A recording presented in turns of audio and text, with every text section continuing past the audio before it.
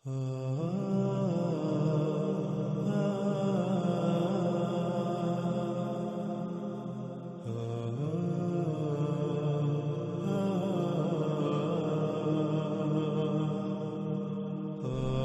قسط کے آخر میں ہم نے یہ بات کی تھی کہ اگلی قسط میں ہم بات کریں گے احادیث کی روشنی میں دجال کی. یعنی اگر یہ تمام کی تمام اشیاء جو انسان نے آج خلق کی، جن کو انسان اپنے لیے مسیحا تسلیم کرتا ہے کہ آیا واقعتاً یہ دجال ہیں، یہی وہ دجال ہے؟ اگر یہی وہ دجال ہے تو ضرور رسول اللہ صلی اللہ علیہ وسلم نے اس کا ذکر کیا ہوگا. تو اس قسط میں ہم جانیں گے کہ کیا واقعتاً رسول اللہ صلی اللہ علیہ وسلم نے ان تمام کی تمام ایجادات کو دجال کہا یا نہیں. تو ناظرین، اس بات کو جاننے کے لیے ہم اپنی اس قسط کا آغاز کرتے ہیں. ہم جانتے ہیں کہ رسول اللہ صلی اللہ علیہ وسلم نے دجال کے بارے میں کھول کھول کر تفاصیل کے ساتھ بیان کیا. اسی طرح رسول اللہ صلی اللہ علیہ وسلم صحابہ اکرام کو دجال کے بارے میں بتا رہے تھے تو رسول اللہ صلی اللہ علیہ وسلم نے یہ کہا کہ قیامت الساعۃ سے پہلے دجال ہے، اور اس دجال سے پہلے بھی کئی دجال ہوں گے. رسول اللہ صلی اللہ علیہ وسلم نے قیامت الساعۃ کے قریب آنے والے دجال سے پہلے جتنے بھی دجال ہوں گے یا جو کچھ دجال ہوگا اس سب کی تفصیلات بیان کی. جب رسول اللہ صلی اللہ علیہ وسلم ان دجالوں کی یا قرب قیامت الساعۃ نکلنے والے دجال سے پہلے جو کچھ بھی دجال تھا، جتنے بھی دجال تھے، ان کا ذکر کر چکے، تو پھر بیان کرنے کی باری آئی اس دجال کی جو قرب قیامت الساعۃ نکلنا تھا. تب رسول اللہ صلی اللہ علیہ وسلم نے کہا، تحقیق یعنی ثابت شدہ، ایسا ہی ہوگا، ایسا ہو چکا. کیا؟ کہ دجال کھانا کھا چکا اور بازاروں میں گھوم پھر چکا. یعنی رسول اللہ صلی اللہ علیہ وسلم نے کھول کر یہ بات واضح کر دی کہ دیکھو، قرب قیامت الساعۃ جس دجال کا خروج ہونا ہے، اس سے پہلے جتنے بھی دجال ہوں گے وہ کھانا کھانے والے دجال ہوں گے، ان میں کھانا کھانے والے دجال ہوں گے. یعنی محمد رسول اللہ صلی اللہ علیہ وسلم نے یہ بالکل واضح کر دیا کہ قرب قیامت الساعۃ جس دجال کا خروج ہونا ہے وہ کھانا کھانے والا نہیں ہوگا جیسے انسان کھانا کھاتا ہے. وہ انسان کی طرح بازاروں میں نہیں گھومے پھرے گا. کہیں ایسا نہ ہو کہ تم اس کو بھی ایک انسان سمجھتے ہوئے ویسا ہی دجال سمجھ لو جو اس سے پہلے آئیں گے. اس لیے وہ ایسا دجال نہیں ہوگا، یعنی وہ انسان نہیں ہوگا، اور اس کی رسول اللہ صلی اللہ علیہ وسلم نے مزید وضاحت کر دی. محمد رسول اللہ صلی اللہ علیہ وآلہ وسلم نے کہا، دجال ہرگز انسان نہیں ہے. اس میں کچھ شک نہیں، جو دجال ہے وہ شیطان ہے، یعنی دجال شیطان ہوگا. پھر اسی طرح ایک اور موقع پر رسول اللہ صلی اللہ علیہ وسلم نے کہا کہ دجال انسان نہیں ہوگا، اس میں کچھ شک نہیں، دجال شیطان ہوگا. اور قرآن میں اللہ سبحانہ و تعالیٰ نے شیطان کسے کہا؟ اللہ سبحانہ و تعالیٰ نے ہر اس شے کو شیطان کہا جو کچھ بھی ہمارے ارد گرد کھلم کھلا موجود ہے، جو ہماری ضرورت سے زائد ہے. حیات الدنیا کو، دنیاوی مال و متاع کو اللہ سبحانہ و تعالیٰ نے شیطان قرار دیا، شیطان کہا قرآن میں. اور پیچھے ہم جان چکے، بار بار یہ بات جان چکے کہ رسول اللہ صلی اللہ علیہ وسلم نے دجال کسے کہا. پھر رسول اللہ صلی اللہ علیہ وسلم نے کہا کہ دجال ہوگا طرح طرح کی مخلوقات، دجال طرح طرح کی تخلیقات ہوں گی. اور ہم پر یہ بات واضح ہونی چاہیے کہ اللہ سبحان ہے، اللہ اس سے پاک ہے کہ وہ دجل خلق کرے، اللہ اس سے پاک ہے کہ وہ کوئی ایسی شے خلق کرے جس میں رائی برابر بھی کوئی خامی، کوئی کجی، کوئی کوتاہی ہو، کوئی عیب ہو یا کوئی نقص ہو۔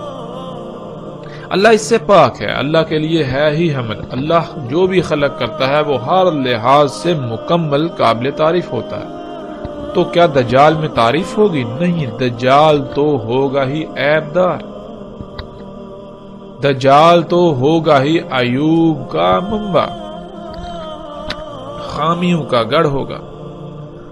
تو پھر بالکل واضح ہو جاتا ہے کہ دجال کا خالق اللہ نہیں ہوگا، تو پھر کون خالق ہوگا؟ یہ بات بھی ہم پر بالکل واضح ہو چکی ہے، اور جیسے جیسے ہم آگے بڑھیں گے مزید کھل کر واضح ہوتی جائے گی کہ دجال کا خالق یعنی ان مخلوقات کا خالق انسان ہوگا۔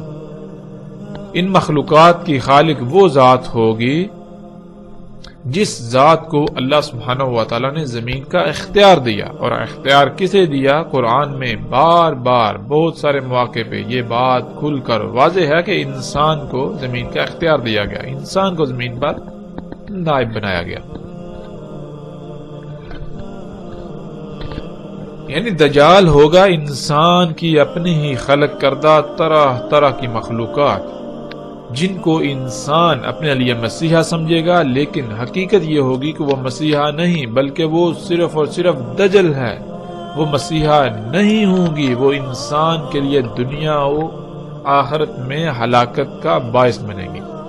اس کے باوجود انسان ان مخلوقات کو اپنے لیے مسیحا سمجھ رہا ہوگا۔ یہی ہے ان مخلوقات کا دجال ہونا، یعنی ان مخلوقات پر دجل کا پردہ چڑھا ہوا ہوگا، تو انسان ان کے دجل کا شکار ہو جائے گا۔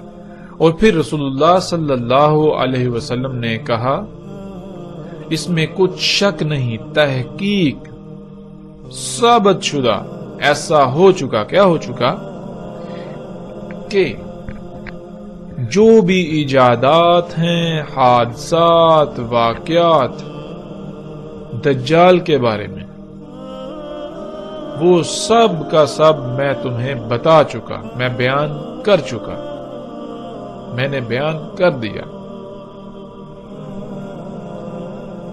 اس کے باوجود یہ ممکن ہی نہیں کہ وہ تمہاری عقلوں میں آ جائے، وہ تمہاری عقلوں میں نہیں آئے گا۔ رسول اللہ صلی اللہ علیہ وسلم نے دجال کیا ہوگا اس کے بارے میں ہر لحاظ سے کھول کھول کر واضح کر دیا۔ رسول اللہ صلی اللہ علیہ وسلم نے بتایا کہ دجال طرح طرح کی انسان کی اپنے ہی ہاتھوں سے خلق کردہ تخلیقات ہوں گی، مخلوقات ہوں گی، ایجادات ہوں گی، حادثات، واقعات، مصائب و دجال ہوں گے، لیکن انسان کی عقل میں دجال نہیں آئے گا۔ رسول اللہ صلی اللہ علیہ وسلم کے سب کچھ بیان کر دینے کے باوجود بھی انسان انہیں بطور دجال پہچاننے کی بجائے ان سب مخلوقات کو اپنا مسیحا بنا بیٹھیں گے، اپنا رب بنا بیٹھیں گے، اپنا مسیحا تصور کریں گے۔ جیسا کہ اس روایت میں بالکل واضح ہے کہ رسول اللہ صلی اللہ علیہ وسلم نے کہا کہ جو بھی ایجادات، حادثات، واقعات ہوں گے دجال کے بارے میں وہ سب بیان کر چکا۔ تو پھر یہاں یہ سوال پیدا ہوتا ہے کہ جب رسول اللہ صلی اللہ علیہ وسلم ان ایجادات کے بارے میں بیان کر چکے تو کیا روایات میں ان ایجادات کے بارے میں ذکر موجود ہے؟ کیا ہمیں ایسی روایات ملتی ہیں؟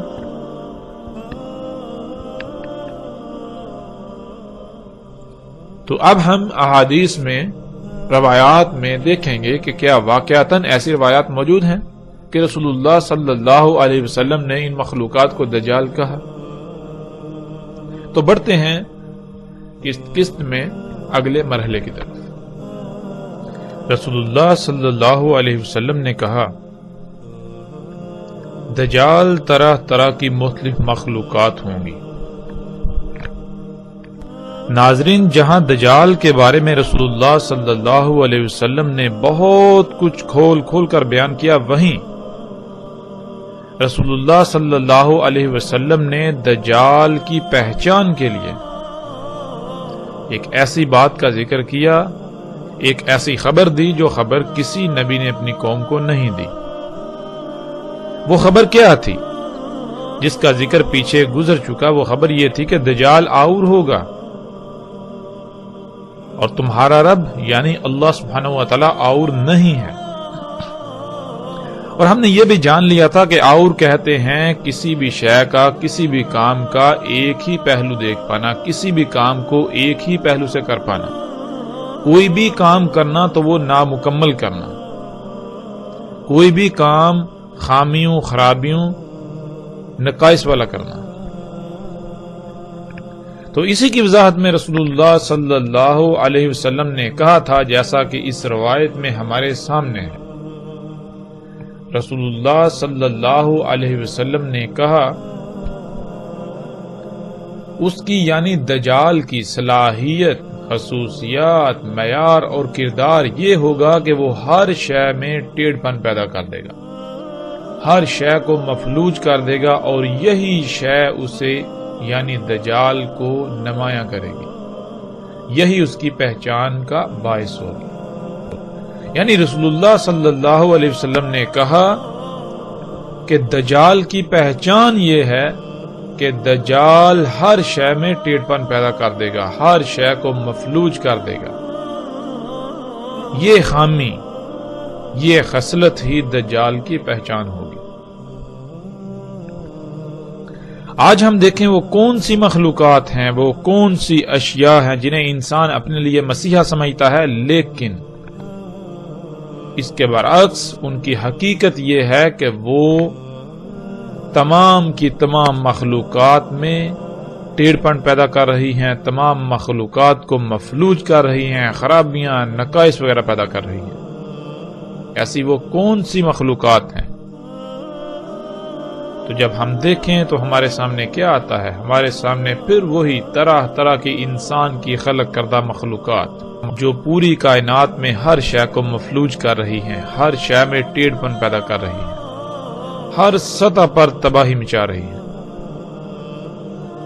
جب ہم ان مخلوقات کو دیکھیں تو جہاں ایک طرف یہ زمین کو مفلوج کر رہی ہیں، زمین کو کھوکھلا کر رہی ہیں، جس سے زلزلے، طوفان، آندیاں آ رہی ہیں، جس سے زمین کی پیدا کرنے کی صلاحیت متاثر ہو چکی ہے، تو وہیں انسان کی خلق کردہ ایسی اشیاء جنہیں وہ اپنے لیے فائدہ مند، اپنے لیے مسیحا تصور کرتا ہے، یعنی طرح طرح کی ادویات، طرح طرح کی ایسی اشیاء جنہیں وہ سہولتوں کا نام دیتا ہے، ان کا دوسرا پہلو کیا ہے؟ ان کا دوسرا پہلو یہ ہے کہ وہ تمام مخلوقات کو فساد زدہ کر رہی ہے، جیسا کہ آپ ان تصاویر میں دیکھ رہے ہیں۔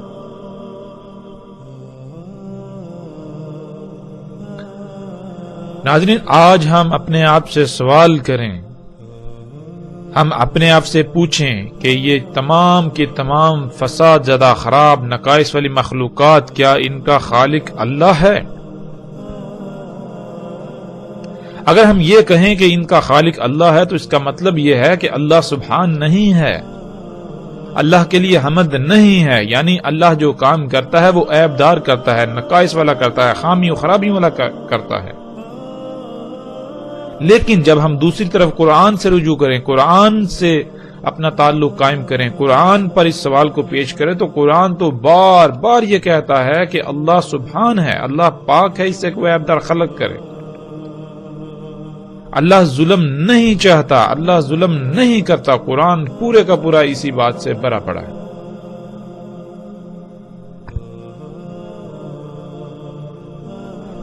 انسان ان مخلوقات کا، ان ایجادات، ان اشیاء کا صرف ایک پہلو دیکھتا ہے جو ظاہری پہلو ہے، جس سے اس کو نفع نظر آتا ہے، جس پہلو سے یہ تمام کی تمام اشیاء انسان کو مزین نظر آتی ہیں، تمام کی تمام اشیاء انسان کو مفید، فائدہ مند، مسیحا نظر آتی ہیں، لیکن ان کا دوسرا پہلو یکسر نظر انداز کر دیتا ہے۔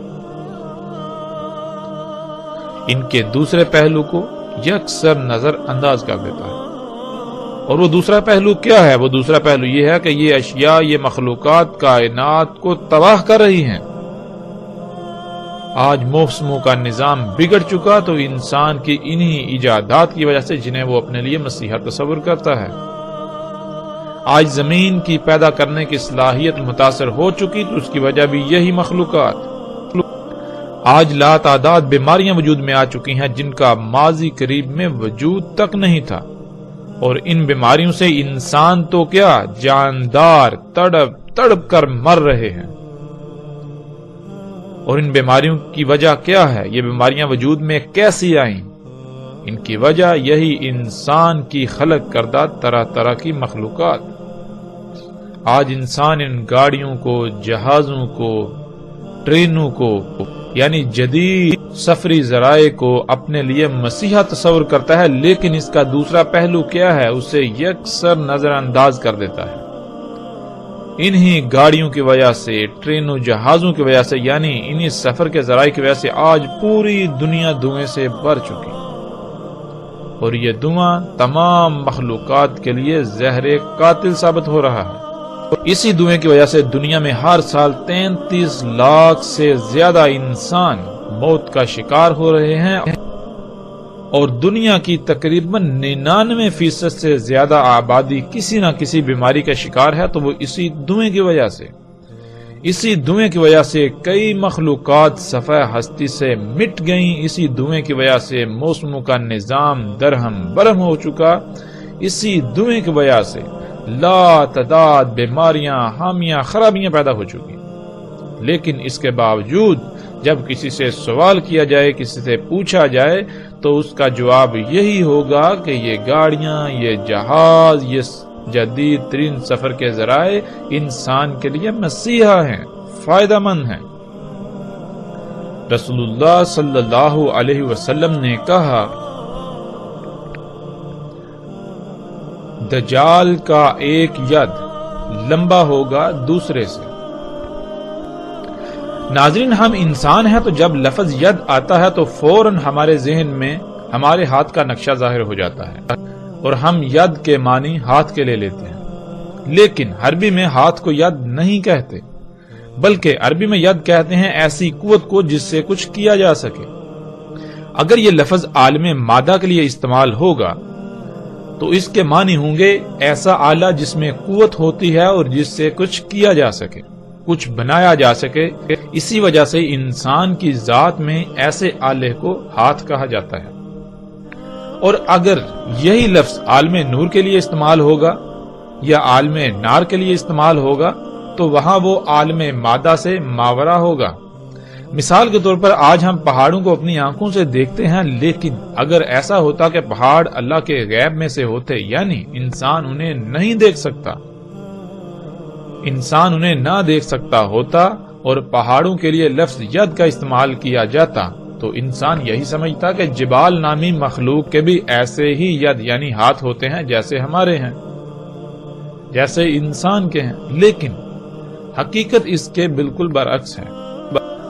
لفظ ید کے سب سے آسان معنی یہ ہے کہ جو خصوصیات انسان کے ہاتھ میں پائی جاتی ہیں، جیسے اس سے کچھ پکڑا جاتا ہے، اٹھایا جاتا ہے، اٹھا کر ادھر ادھر رکھا جاتا ہے، دھکیلا جاتا ہے وغیرہ، جس شے میں بھی یہ خصوصیات یا ایسی قوت پائی جائے وہ شے ید کہلائے گی۔ ناظرین، آگے بڑھنے سے پہلے ہمیں یہاں اس بات کی مزید وضاحت کرنا ضروری ہے، کیونکہ جب تک ہم اس کو مزید واضح نہیں کریں گے تب تک آگے آنے والی روایات کو ہم نہیں سمجھ سکیں گے۔ آگے آنے والی روایات میں ایسے الفاظ موجود ہیں جن کو سمجھنے کے لیے ہمیں یہ علم ہونا چاہیے کہ عربی کیا ہے۔ ناظرین، دین کو سمجھنے اور بالخصوص فتنہ دجال سمیت ساتھ کی علامات سے متعلق تمام معاملات کو سمجھنے کے لیے یہ بہت ضروری ہے کہ ہم سب سے پہلے عربی زبان کی اہمیت کو جان لیں۔ عربی کیا ہے؟ عربی دنیا کی واحد ایسی زبان ہے جس کا ترجمہ دنیا کی کسی بھی زبان میں نہیں کیا جا سکتا۔ عربی دنیا کی واحد ایسی زبان ہے جو ہر وقت اور ہر شے کا احاطہ کرتی ہے، یعنی مثال کے طور پر آج کوئی ایسی شے جس کا وجود نہیں اور کل کو وہ وجود میں آتی ہے تو اس شے کا کوئی نہ کوئی نام تجویز کیا جائے گا جو پہلے سے اس زبان میں موجود نہیں ہوگا۔ جیسے کہ ہم گاڑی ہی کو لے لیں، اردو میں لفظ گاڑی کے وجود سے پہلے اپنا کوئی وجود نہیں رکھتا تھا۔ اسی طرح انگلش میں لفظ کار کی تخلیق سے پہلے اپنا کوئی وجود نہیں رکھتا تھا۔ جب شے وجود میں آئی اس کے بعد یہ لفظ وجود میں آیا۔ لیکن عربی دنیا کی واحد ایسی زبان ہے جو اس خامی سے بالکل پاک ہے۔ عربی دنیا کی واحد ایسی زبان ہے جس کا ہر لفظ بہت ہی وسعتوں کا حامل ہے۔ کوئی بھی شے جو پہلے وجود نہیں رکھتی تھی اور بعد میں وجود آئے گی یا بعد میں وجود آئے، عربی میں اس کا نام پہلے سے ہی طے کر دیا گیا۔ یعنی عربی میں آپ کسی بھی لفظ کا اضافہ نہیں کر سکتے۔ جو بھی نئی ایجاد آپ کریں گے اس کے لیے پہلے سے ہی عربی میں نام موجود ہوگا۔ البتہ اس شے کی الگ سے پہچان اور نشاندہی کے لیے آپ الگ سے کوئی لفظ ایجاد کر سکتے ہیں، مگر وہ لفظ عربی زبان کا حصہ نہیں ہوگا اور نہ ہی وہ لفظ عربی کہلائے گا، بلکہ وہ کسی اور زبان کا لفظ عربی لہجے کے ساتھ روزمرہ کے استعمال میں لایا جائے گا۔ جیسے لفظ فیس بک یا ٹویٹر کو ہی لے لیا جائے، جب عربی کے اصل سے ان کے لیے کوئی لفظ استعمال کیا جائے گا تو وہ لفظ استعمال کیا جائے گا جو فیس بک اور ٹویٹر وغیرہ کی صفات کا احاطہ کرے۔ لیکن موجودہ دور کے تقاضے کو سامنے رکھتے ہوئے یہی لفظ عربی لہجے کے ساتھ استعمال کیے جائیں گے جو کہ وقت کی ضرورت ہے، لیکن یہ لفظ یا یہ الفاظ عربی کا حصہ نہیں کہلائیں گے اور نہ ہی ان الفاظ کو اصل خالص عربی میں داخل کیا جا سکتا ہے۔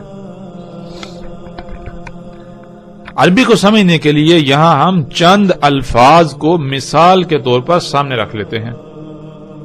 مثلا لفظ راس کو ہی لے لیں۔ ناظرین، جب لفظ راس کا ترجمہ کیا جاتا ہے تو اردو میں اس کا ترجمہ سر اور انگلش میں ہیڈ کر دیا جاتا ہے۔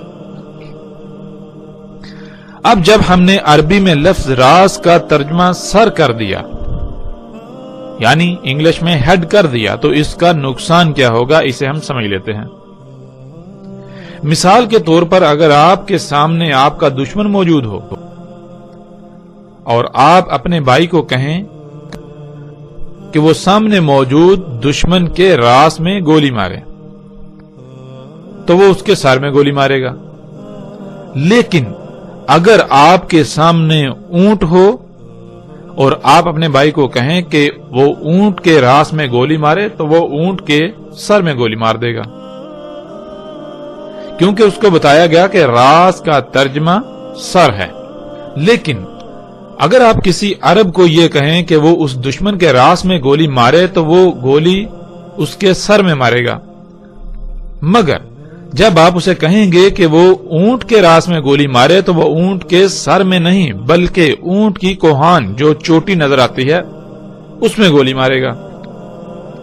اب سوال یہ پیدا ہوتا ہے کہ جب آپ نے اپنے بھائی کو حکم دیا کہ اونٹ کے راس میں گولی مارو تو اس نے اونٹ کے سر میں گولی ماری، لیکن جب وہی حکم ایک عرب کو دیا تو اس نے اونٹ کے سر کی بجائے اس کی کوہان میں گولی ماری۔ آخر ایسا کیوں؟ اس کا جواب یہ ہے کہ جب ہم نے راس کا ترجمہ سر کر دیا تو اس سے مراد سر ہی ہوگا۔ سر ایک محسوس عضو کو کہتے ہیں، جسم کے ایک مخصوص حصے کو کہتے ہیں، خواہ وہ کسی کا بھی ہو۔ لیکن عربی میں راس سر کو نہیں کہتے بلکہ عربی میں راس کسی بھی شے کے بلند ترین مقام کو کہتے ہیں، یعنی عربی میں راس کہتے ہیں چوٹی کو، کسی بھی شے کی چوٹی، ہائیسٹ پوائنٹ، کسی بھی شے کی پیک کو۔ جب یہ لفظ انسان کی ذات کے لیے استعمال کیا جائے گا تو اس کا مطلب یہ ہوگا کہ انسان کی ذات کا سب سے بلند ترین مقام، اور وہ مقام ہے انسان کا سر۔ اسی طرح اس کے برعکس جب یہ لفظ اونٹ کے لیے استعمال کیا جائے گا تو اونٹ میں جو اس کا بلند ترین مقام ہے، جو اس کی چوٹی ہے، وہ ہے اس کی کوہان، اس لیے کوہان کو راس کہا جائے گا، نہ کہ اونٹ کے سر کو۔ اب ناظرین اب یہ تصور کریں کہ جب اس لفظ کا، عربی کے لفظ راس کا ترجمہ سر انگلش میں ہیڈ کر دیا تو اس کا نقصان کیا ہوگا، یہ آپ کے بالکل سامنے ہے۔ یہ وہ وجہ ہے جس وجہ سے عربی کا ترجمہ کرنا ناممکن ہے، لیکن اس کے معنی بیان کیے جاتے ہیں۔ معنی کیا ہیں؟ معنی یہ ہیں جیسے ہم نے ابھی بیان کیا کہ راس کہتے ہیں کسی بھی شے کے بلند ترین مقام کو، اور جب ہم ترجمہ کر دیں تو پھر یہ لفظ ہم صرف اور صرف انہی مخلوقات کے لیے استعمال کر سکیں گے جن کا سر ہوتا ہے، مگر عربی کا یہ لفظ راس کائنات کی کسی بھی شے کے لیے استعمال ہو سکتا ہے، خواہ اس کا انسان یا جانوروں کی طرح کا سر ہو یا نہ ہو۔ اس سے ناظرین آپ کو بالکل واضح ہو جائے گا کہ عربی کا ترجمہ کرنا بالکل ناممکن ہے۔ اسی طرح ناظرین جیسا کہ ہماری روایت میں لفظ ید آیا تھا، اس لفظ کو لے لیں جس کا ترجمہ ہاتھ کیا جاتا ہے۔ جب اس کا ترجمہ ہاتھ کر دیا جائے تو ناظرین یہ لفظ نمبر 1 محدود ہو جائے گا، یعنی آپ صرف اور صرف اس لفظ کو ان مخلوقات کے لیے استعمال کر سکیں گے جن کا ہاتھ ہوتا ہے۔ اور دوسری بات ناظرین یہ کہ اگر یہ لفظ کسی دوسری ذات، جیسے کہ قرآن میں اللہ سبحانہ و تعالیٰ کی ذات کے لیے بھی یہ لفظ استعمال ہوا ہے، اور جب ہم اس لفظ کا ترجمہ ہاتھ کر لیں گے تو ہمیں ایسے تمام مقامات پر اس کا ترجمہ پھر یہی لینا پڑے گا، اس سے مراد ہاتھ ہی لینا پڑے گا، جو کہ بالکل غلط ہوگا، ہمیں ہدایت کی بجائے گمراہی کی طرف لے جائے گا۔ ناظرین ید کہتے ہیں جس میں قوت ہوتی ہے، جس سے کوئی کام کیا جا سکے، اور اگر یہ لفظ عالم مادہ کے لیے یعنی مادی دنیا کی اشیاء کے لیے استعمال کیا جائے گا تو اس سے مراد کوئی ایسا آلہ ہوگا، ایسا ٹول ہوگا جس میں قوت ہوتی ہے، جس سے کچھ کیا جا سکتا ہے، جس سے کچھ پکڑا جا سکتا ہے، اٹھایا جا سکتا ہے، کچھ بنایا جا سکتا ہے، کچھ کھولا یا بند کیا جا سکتا ہے، یعنی کچھ بھی کام کیا جا سکتا ہے۔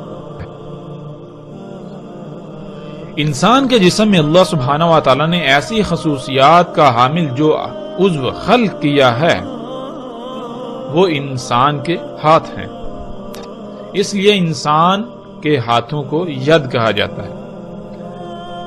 جب یہ لفظ مادی اشیاء کے لیے استعمال کیا جائے گا یعنی عالم مادہ کے لیے استعمال کیا جائے گا تو اس کا معنی یہ ہوگا کہ کوئی ایسا ٹول، کوئی ایسی شے، کوئی ایسا آلہ جس میں وہ صلاحیتیں ہوتی ہیں جو صلاحیتیں انسان کے ہاتھ میں ہیں۔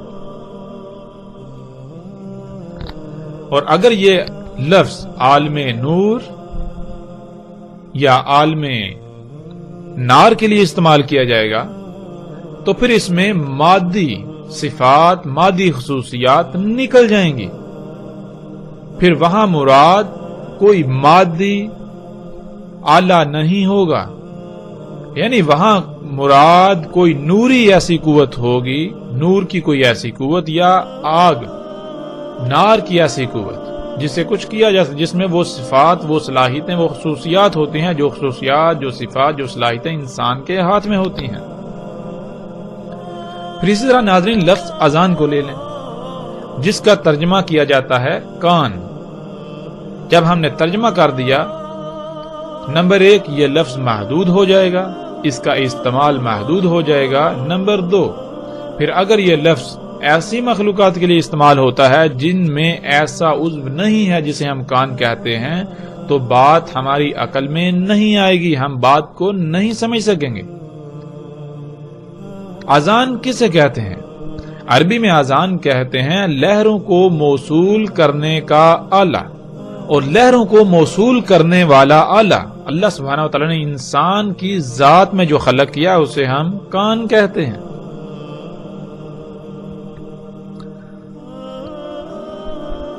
آواز کی حقیقت کیا ہے؟ آواز کی حقیقت لہریں ہیں۔ جسے ہم آواز کہتے ہیں، اس آواز کا ہمارے دماغ کے باہر کوئی وجود نہیں ہے۔ ہمارے دماغ کے باہر بنیادی طور پر لہریں ہیں جنہیں ہم آواز کی لہروں کا نام دیتے ہیں، یا انگلش میں ساؤنڈ ویوز۔ یہ لہریں سفر کرتی ہیں جب یہ لہریں کسی ایسے آلے سے ٹکراتی ہیں جو ان کو موصول کرنے کی صلاحیت رکھتا ہے تو وہ انہیں وصول کر لیتا ہے۔ اور ایسا آلہ اللہ سبحانہ و تعالیٰ نے ہماری ذات میں جو خلق کیا انہیں ہم کان کہتے ہیں۔ کان ہمارے آواز کی لہروں کو موصول کرتے ہیں، اس کے بعد ان لہروں کو بجلی کے سگنلز میں تبدیل کرتے ہوئے دماغ میں بھیجتے ہیں۔ دماغ کا متعلقہ حصہ ان لہروں کا ادراک کرتا ہے جسے ہم آواز کہتے ہیں۔ آواز محض ہمارے دماغ کا ادراک ہے، اس کی حقیقت لہریں ہیں۔ تو ناظرین، عربی میں اذان کہتے ہیں لہروں کو موصول کرنے والا آلہ، اور آج ہم ایسے تمام آلات کو سامنے رکھ لیں جن میں ایسی صلاحیتیں ہیں، ایسی خصوصیات ہیں۔ وہ کیا ہیں؟ آج ہم انہیں کیا کہتے ہیں؟ آج ہم انہیں انٹینا کہتے ہیں، جیسا کہ آپ تصاویر میں دیکھ رہے ہیں۔ اور ناظرین، یہی وہ اذان ہے جس کا ہم ترجمہ کان کر دیتے ہیں، جو یاجوج اور ماجوج کے بارے میں روایات میں آیا ہے کہ ان کے اذان اتنے بڑے ہوں گے کہ ان میں سے ایک کو نیچے بچھائیں گے اور دوسرے کو اپنے اوپر اوڑھ لیں گے۔ اور آج یہ منظر ہم اپنی آنکھوں سے دیکھ رہے ہیں، جس کا ذکر یاجوج اور ماجوج کے باب میں بہت ہی صراحت کے ساتھ آ جائے گا۔ اسی طرح ناظرین، لفظ لسان کو لے لیں جس کا ترجمہ زبان کیا جاتا ہے۔ پھر وہی بات، جب اس لفظ کا ترجمہ زبان کر دیا جائے گا تو ایک تو یہ لفظ محدود ہو جائے گا، دوسرا پھر اگر یہ لفظ ایسی مخلوقات کے لیے استعمال ہوتا ہے جن میں انسان یا جانوروں کی طرح کی زبان نہیں ہے تو ہم اس کو سمجھنے سے قاصر رہیں گے۔ ہم اس مخلوق میں ایسی زبان تلاش کرتے رہیں گے لیکن وہ ہمیں نہیں ملے گی۔ تو پھر لسان کسے کہتے ہیں؟ ناظرین، لسان کہتے ہیں لہروں کو پیغام میں ڈالنے والا آلہ۔ مثال کے طور پر آپ جب زبان سے بولتے ہیں تو کیسے بولتے ہیں؟ اس کی حقیقت کیا ہے؟ اللہ سبحانہ و تعالیٰ نے انسان کے حلق میں ایک گوشت کا لوتھڑا خلق کیا ہوا ہے۔ جب انسان بولتا ہے تو وہ لوتھڑا بہت تیزی سے ارتعاش کرتا ہے، حرکت کرتا ہے، تھر تھراتا ہے، جس سے بالکل ایسی ہی لہریں وجود میں آتی ہیں۔ خالی جگہ پر خلا میں ایسی لہریں وجود میں آتی ہیں جیسے بالکل پانی میں پتھر پھینکنے سے لہریں وجود میں آتی ہیں۔ پھر ناظرین، زبان جب حرکت کرتی ہے تو وہ ان لہروں کو ایسی فریکوینسی میں ڈالتی ہے جس میں وہ پیغام ہوتا ہے جو آپ کسی کو دینا چاہتے ہیں۔ زبان ان لہروں کو پیغام کی شکل میں ڈالنا شروع کر دیتی ہے۔ تو اس لیے لسان کہتے ہیں لہروں کو پیغام میں ڈالنے کا آلہ۔ اب ناظرین، یہ صلاحیت، یہ خصوصیت جس شے میں بھی پائی جائے گی اسے عربی میں لسان کہا جائے گا، خواہ اس کو انسان کوئی بھی نام دے رہے ہوں یا کسی بھی نام سے جانتے ہوں، کسی بھی نام سے پکارتے ہوں یا کسی بھی نام سے پہچانتے ہوں۔ اس طرح ناظرین، لفظ سود کو ہی لے لیں۔ سود کا ترجمہ کیا جاتا ہے آواز، لیکن یہ ترجمہ بالکل محدود اور غلط تصور کیا جائے گا، اس لیے کہ جب ہم نے اس لفظ کا ترجمہ سود کر دیا تو پھر ہم صرف اور صرف اس لفظ کو انہی مخلوقات کے لیے استعمال کر سکیں گے جن مخلوقات کا آواز کے ساتھ تعلق ہے۔ لیکن سود کہتے ہیں تھر تھراتی لہروں کو۔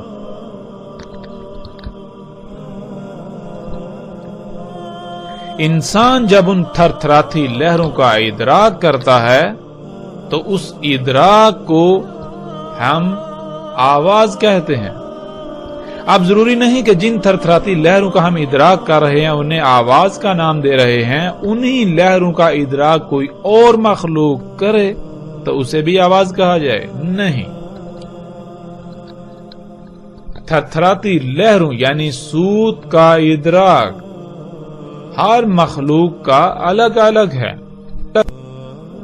پھر اسی طرح ناظرین ایک لفظ ہے الشعر. اس لفظ کا ترجمہ بالوں کا کر دیا جاتا ہے. جو بال انسان کے جسم پر یا سر پر موجود ہیں.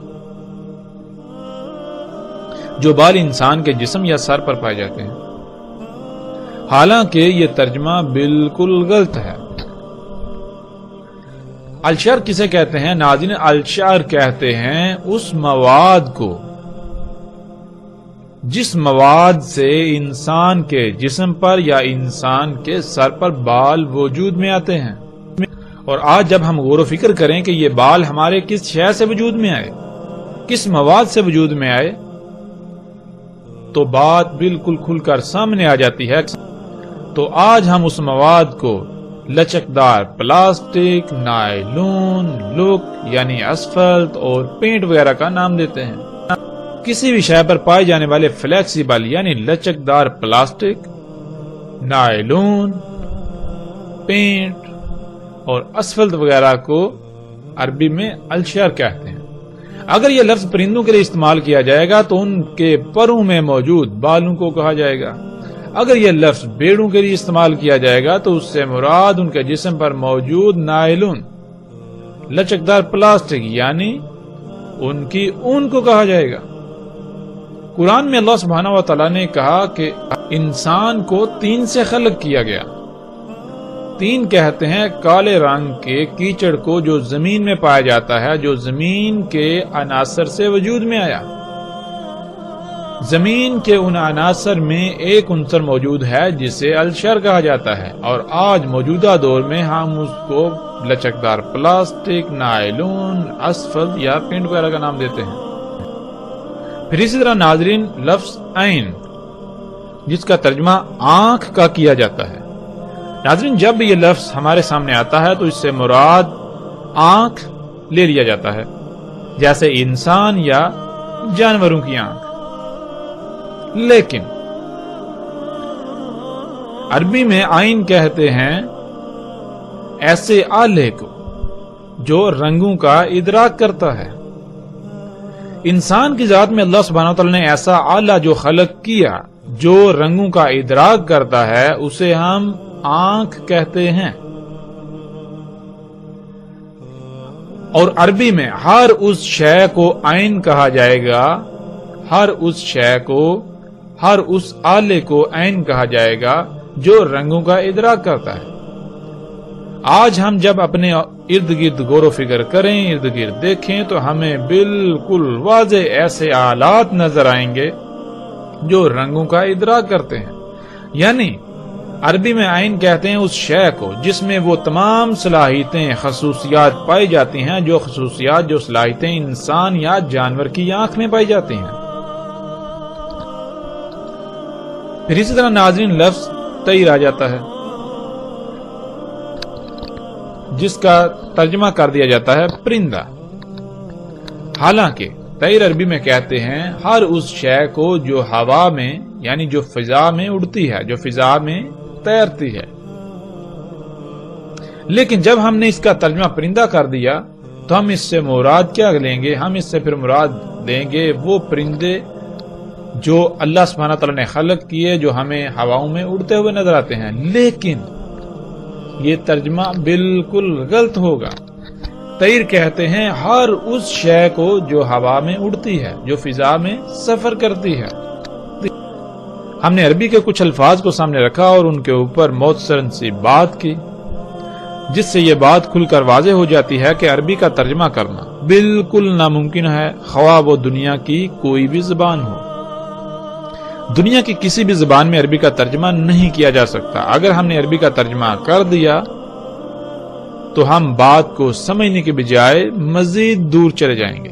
ناظرین جب ہم عربی کے اس اصول کو سمجھ لیں گے، اپنے ذہن میں بٹھا لیں گے، تو ہمارے لیے بات کو سمجھنا انتہائی آسان ہو جائے گا. دنیا کی کوئی شے، کوئی سوال ہمارے لیے سوال نہیں رہے گا. کوئی بھی ہمیں گمراہ نہیں کر پائے گا، کوئی بھی انسان یا کوئی بھی ہمیں اپنی باتوں میں گما پھرا کر ورگلا نہیں سکے گا. عربی کے اس اصول کو سامنے رکھتے ہوئے اب ہم اس روایت پر نگاہ دوڑاتے ہیں۔ رسول اللہ صلی اللہ علیہ وسلم نے کہا، دجال کا ایک آلہ جس میں وہ خصوصیات، وہ صلاحیتیں ہوں گی جو خصوصیات، جو صلاحیتیں انسان کے ہاتھ میں ہوتی ہیں، یعنی جس سے کچھ پکڑا جا سکے، جس سے کوئی کام کیا جا سکے، وہ لمبا ہوگا دوسرے کی نسبت، یعنی دجال کا ایک آلہ تو لمبا ہوگا اور دوسرا آلہ اس سے چھوٹا۔ آج ہم اپنے ارد گرد نگاہ دوڑائیں، اپنے ارد گرد غور و فکر کریں، کیا ایسی مخلوقات موجود ہیں؟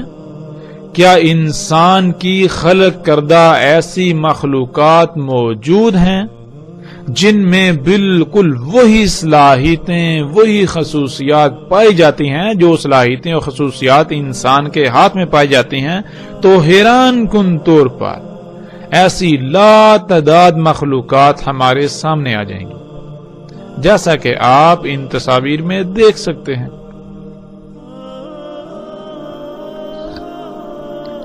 ناظرین، جیسا کہ رسول اللہ صلی اللہ علیہ وآلہ وسلم نے کہا کہ دجال کا ایک ید، یعنی دجال کا وہ ایک آلہ جس میں وہ خصوصیات ہوں گی جو خصوصیات انسان کے ہاتھ میں ہوتی ہیں، وہ ایک کی نسبت دوسرا لمبا ہوگا۔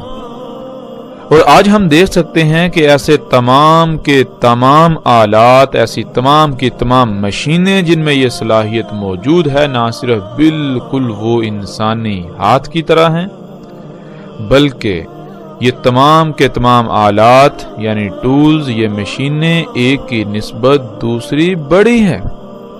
جب آپ ان تمام آلات کو سامنے رکھیں تو آپ کو نظر آئے گا کہ جہاں ایک آلہ چھوٹا، دوسرا اس کی نسبت بڑا ہوتا ہے، تیسرا دوسرے کی نسبت بڑا، چوتھا تیسرے کی نسبت بڑا، پانچواں چوتھے کی نسبت بڑا، چھٹا پانچویں کی نسبت بڑا۔ اس طرح یہ تمام آلات ایک دوسرے سے بڑے ہیں، یعنی دجال کا ید ایک کی نسبت دوسرا بڑا ہے، ایک کی نسبت دوسرا لمبا ہے۔